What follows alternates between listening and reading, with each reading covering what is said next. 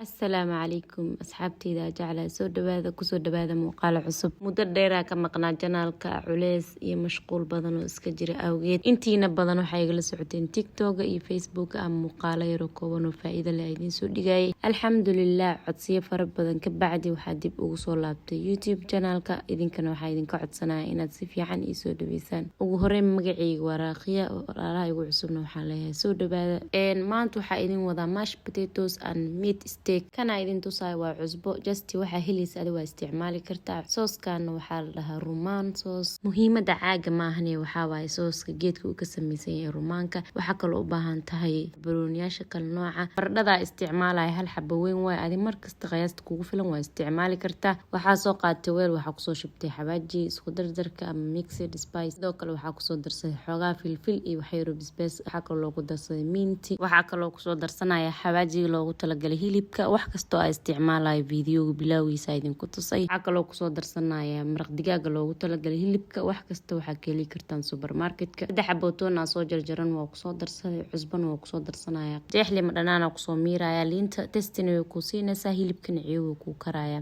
laba qaando soos rumaanka ku soo darsanaa ani sooskan aad u jeclahay cuntooyinkii inta badan aragtaan waa ku darsadaa ugu dambeyntii waxa ku soo darsanaya laba qaando saliid ah si fiican iskugu labaaya hilibkii isteega ee diyaarsanaana waa soo qaatay waxaa rabaa hilib macaan badan oo steak halis kaarag inuu soo baxo